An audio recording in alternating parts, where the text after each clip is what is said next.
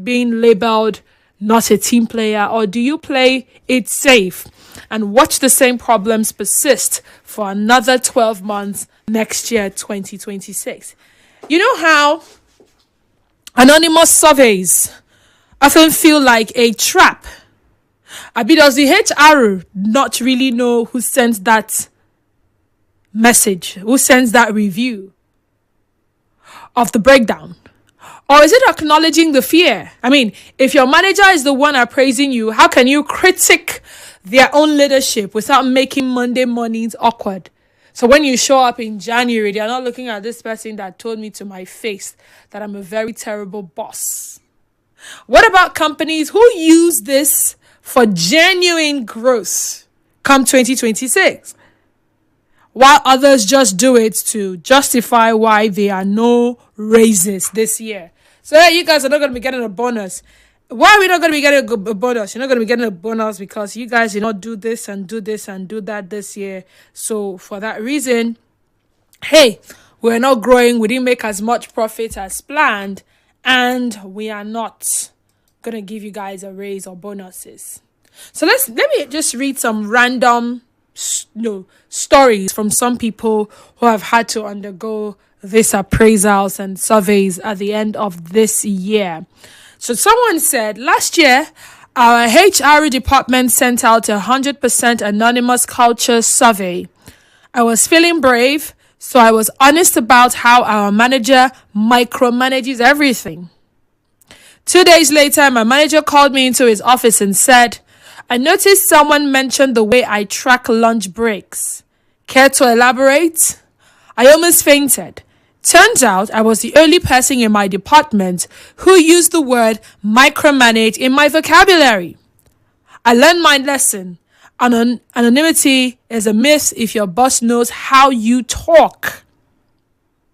So even when they say, let us do it, sometimes when people send messages or call, and they say, I choose to be anonymous. Guess what? For those of us who have done this radio job for more than 10 years, we can tell the way some of you listeners sound. Yes, that's the truth. We may not say it, but we know. Even when you say, keep me anonymous, if we've read from you for all of these years, we can tell that this person most likely wrote this. Now, this is the trick. We do not intentionally intend to know, but there's something called consistency. If I have been consistent with a certain saying, there are people around that are obviously paying attention. There are people around that it gets to their subconscious somehow.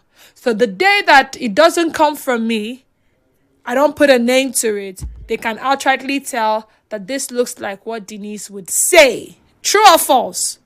Yes. So that's the same way some of us have subconsciously mastered how to sing some jingles on radio.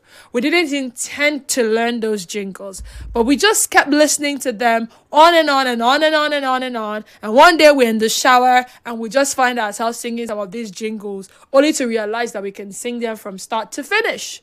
So yes, that anonymous idea may not work because some of your colleagues and some of your bosses subconsciously have found a way around how you write and how you talk.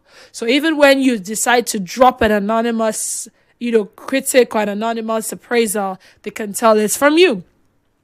Now, another person said, I spent 3 hours writing my self-appraisal because there are times when you'll be called to appraise yourself, the work you have put in and all. I spent 3 hours writing my self-appraisal, detailing every win and every project I saved. My boss sat me down, didn't even look at my paper and said, you're doing great, keep it up. Same raise as last year, 3%.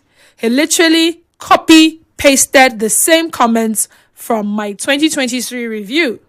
It's so crushing when you realize the evaluation is just a box they have to tick before they go to lunch. So some of them may not actually take it seriously, but they would still want you to do it. And if you do not